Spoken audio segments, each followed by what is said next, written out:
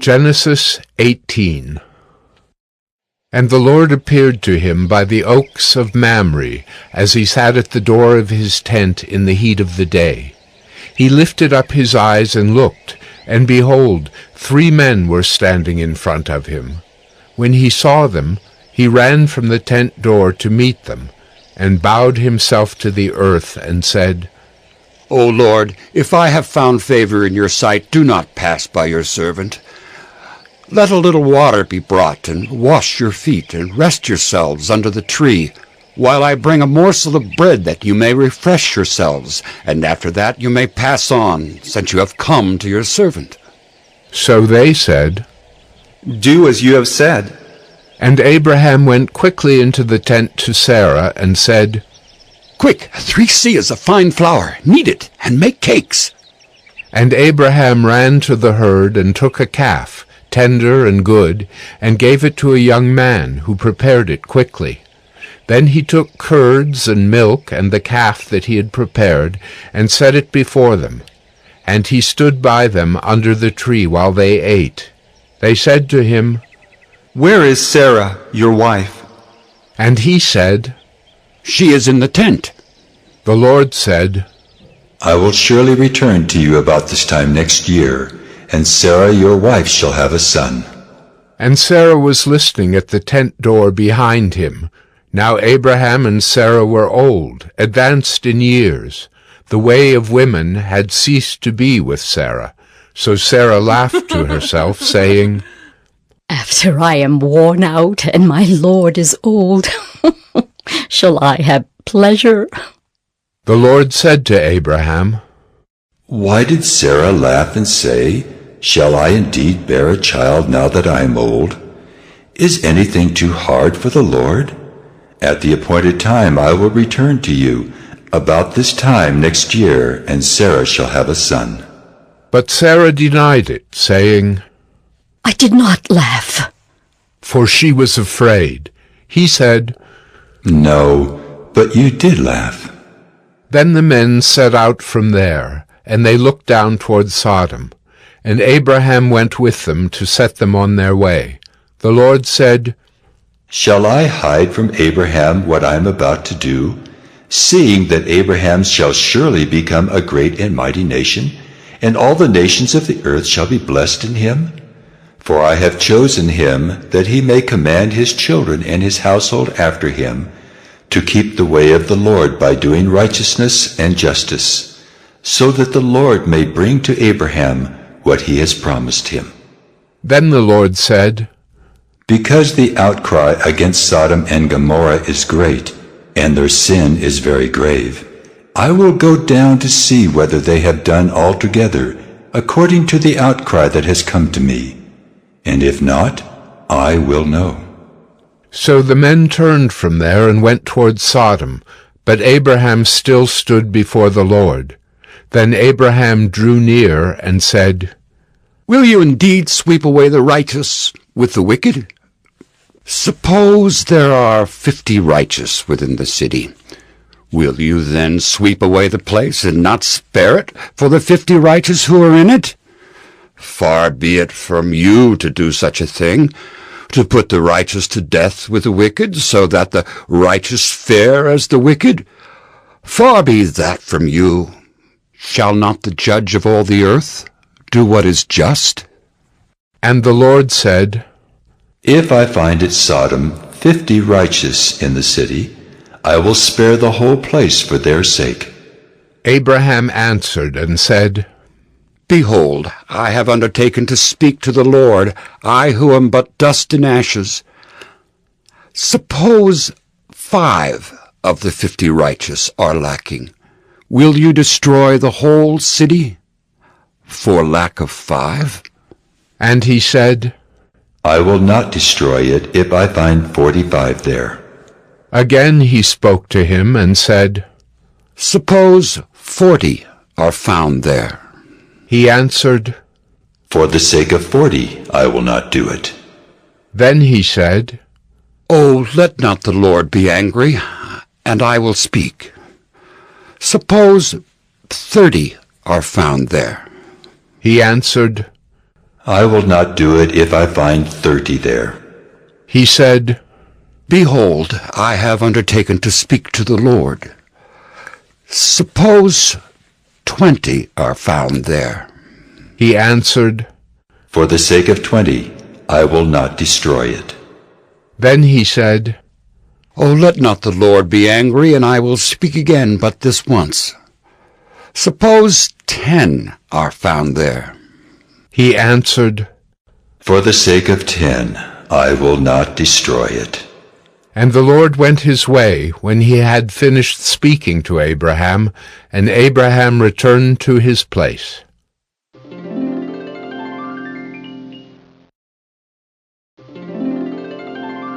Genesis 17. When Abram was 99 years old, the Lord appeared to Abram and said to him, I am God Almighty.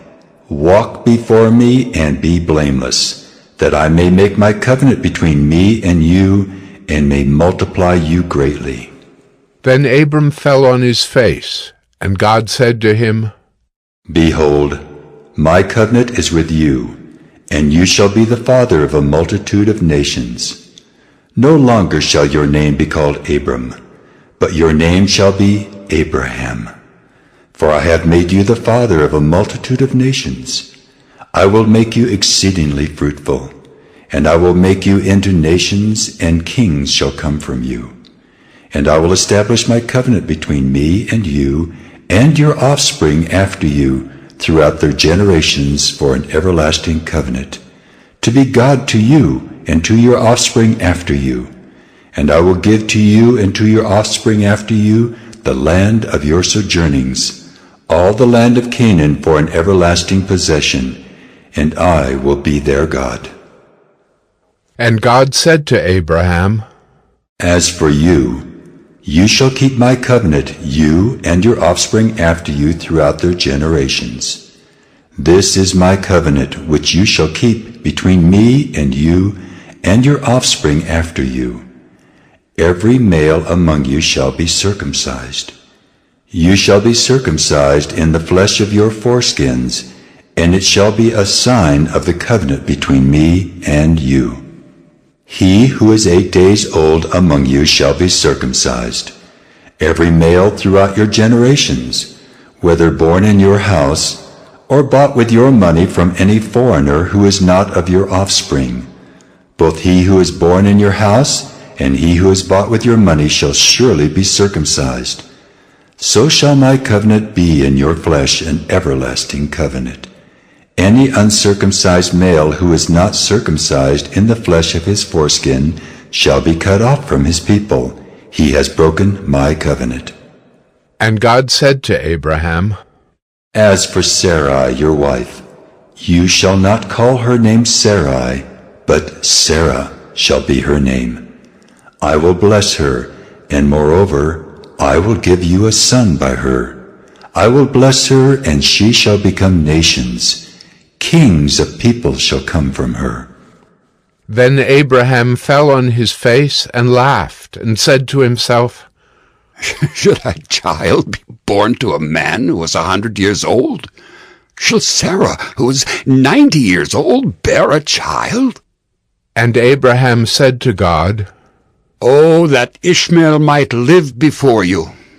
God said, No, but Sarah your wife shall bear you a son, and you shall call his name Isaac.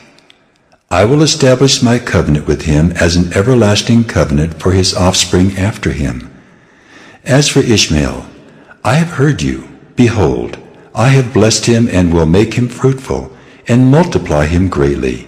He shall father 12 princes, and I will make him into a great nation. But I will establish my covenant with Isaac, whom Sarah shall bear to you at this time next year. When he had finished talking with him, God went up from Abraham.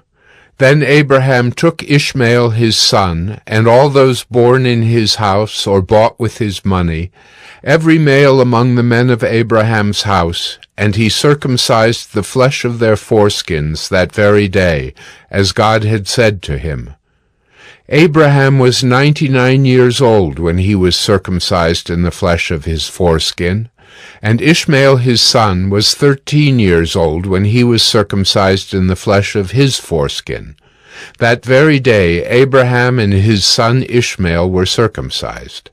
And all the men of his house, those born in the house, and those bought with money from a foreigner, were circumcised with him. Genesis 19. The two angels came to Sodom in the evening, and Lot was sitting in the gate of Sodom. When Lot saw them, he rose to meet them and bowed himself with his face to the earth, and said, "My lords, please turn aside to your servant's house and spend the night and wash your feet. Then you may rise up early and go on your way." They said, No, we will spend the night in the town square. but he pressed them strongly. So they turned aside to him and entered his house. And he made them a feast and baked unleavened bread, and they ate. But before they lay down, the men of the city, the men of Sodom, both young and old, all the people to the last man, surrounded the house. And they called to Lot, "Where are the men who came to you tonight? Bring them out to us, that we may know them." Lot went out to the men at the entrance, shut the door after him, and said, "I beg you, my brothers, do not act so wickedly. Behold, I have 2 daughters who have not known any man. Let me bring them out to you, and do to them as you please. Only do nothing to these men, for they have come under the shelter of my roof." But they said, "Stand back! and they said, This fellow came to sojourn and he has become the judge? Now we will deal worse with you than with them." Then they pressed hard against the man Lot, and drew near to break the door down. But the men reached out their hands, and brought Lot into the house with them, and shut the door. And they struck with blindness the men who were at the entrance of the house, both small and great, so that they wore themselves out, groping for the door. Then the men said to Lot, Have you anyone else here? Sons-in-law, sons, daughters, or anyone you have in the city, bring them out of the place. For we are about to destroy this place, because the outcry against its people has become great before the Lord, and the Lord has sent us to destroy it. So Lot went out and said to his sons-in-law, who were to marry his daughters, "Up! Get out of this place, for the Lord is about to destroy the city." But he seemed to his sons-in-law to be jesting. As morning dawned, the angels urged Lot, saying, Up, take your wife and your 2 daughters who are here, lest you be swept away in the punishment of the city. But he lingered. So the men seized him and his wife and his 2 daughters by the hand, the Lord being merciful to him, and they brought him out and set him outside the city. And as they brought them out, one said, "Escape for your life. Do not look back or stop anywhere in the valley. Escape to the hills, lest you be swept away." And Lot said to them, "Oh no, my lords. Behold, your servant has found favor in your sight, and you have shown me great kindness in saving my life. But I cannot escape to the hills, lest the disaster overtake me and I die. Behold, this city is near enough to flee to, and it is a little one. Let me escape there. Is it not a little one? And my life will be saved." He said to him, Behold, I grant you this favor also, that I will not overthrow the city of which you have spoken. Escape there quickly, for I can do nothing till you arrive there. Therefore the name of the city was called Zoar. The sun had risen on the earth when Lot came to Zoar. Then the Lord rained on Sodom and Gomorrah sulfur and fire from the Lord out of heaven. And he overthrew those cities, and all the valley, and all the inhabitants of the cities, and what grew on the ground. But Lot's wife behind him looked back, and she became a pillar of salt. And Abraham went early in the morning to the place where he had stood before the Lord. And he looked down toward Sodom and Gomorrah, and toward all the land of the valley. And he looked, and behold, the smoke of the land went up like the smoke of a furnace. So it was that when God destroyed the cities of the valley, God remembered Abraham and sent Lot out of the midst of the overthrow when he overthrew the cities in which Lot had lived. Now Lot went up out of Zoar and lived in the hills with his 2 daughters, for he was afraid to live in Zoar. So he lived in a cave with his 2 daughters. And the firstborn said to the younger, Our father is old, and there's not a man on earth to come in to us after the manner of all the earth.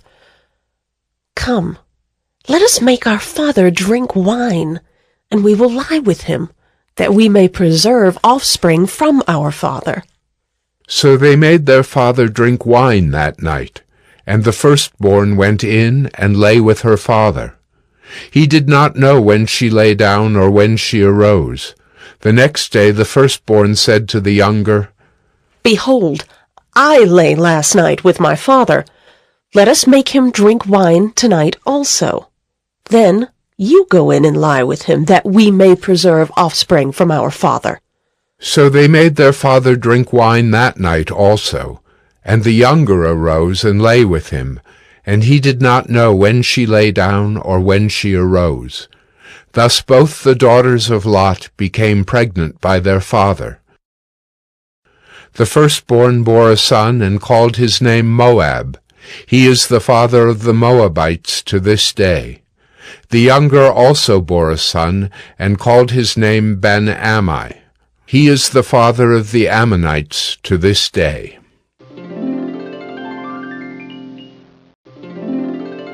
Genesis 20. From there, Abraham journeyed toward the territory of the Negeb, and lived between Kadesh and Shur. And he sojourned in Gerar. And Abraham said of Sarah his wife, She is my sister. And Abimelech, king of Gerar, sent and took Sarah. But God came to Abimelech in a dream by night, and said to him, Behold, you are a dead man because of the woman whom you have taken, for she is a man's wife. Now Abimelech had not approached her, so he said, Lord, will you kill an innocent people? Did he not himself say to me, She is my sister? And she herself said, He is my brother. In the integrity of my heart and the innocence of my hands I have done this. Then God said to him in the dream, Yes, I know that you have done this in the integrity of your heart, and it was I who kept you from sinning against me. Therefore, I did not let you touch her. Now then, return the man's wife, for he is a prophet, so that he will pray for you, and you shall live. But if you do not return her, know that you shall surely die, you and all who are yours. So Abimelech rose early in the morning and called all his servants and told them all these things. And the men were very much afraid. Then Abimelech called Abraham and said to him, What have you done to us? And how have I sinned against you, that you have brought on me and my kingdom a great sin? You have done to me things that ought not to be done. And Abimelech said to Abraham, What did you see that you did this thing? Abraham said, I did it because I thought there is no fear of God at all in this place, and they will kill me because of my wife. Besides, she is indeed my sister, the daughter of my father, though not the daughter of my mother, and she became my wife. And when God caused me to wander from my father's house, I said to her, This is the kindness you must do me. At every place to which we come, say of me, He is my brother. Then Abimelech took sheep and oxen and male servants and female servants and gave them to Abraham and returned Sarah his wife to him. And Abimelech said, Behold, my land is before you. Dwell where it pleases you. To Sarah he said, Behold, I have given your brother 1,000 pieces of silver. It is a sign of your innocence in the eyes of all who are with you, and before everyone You are vindicated." Then Abraham prayed to God, and God healed Abimelech, and also healed his wife and female slaves, so that they bore children. For the Lord had closed all the wombs of the house of Abimelech because of Sarah, Abraham's wife.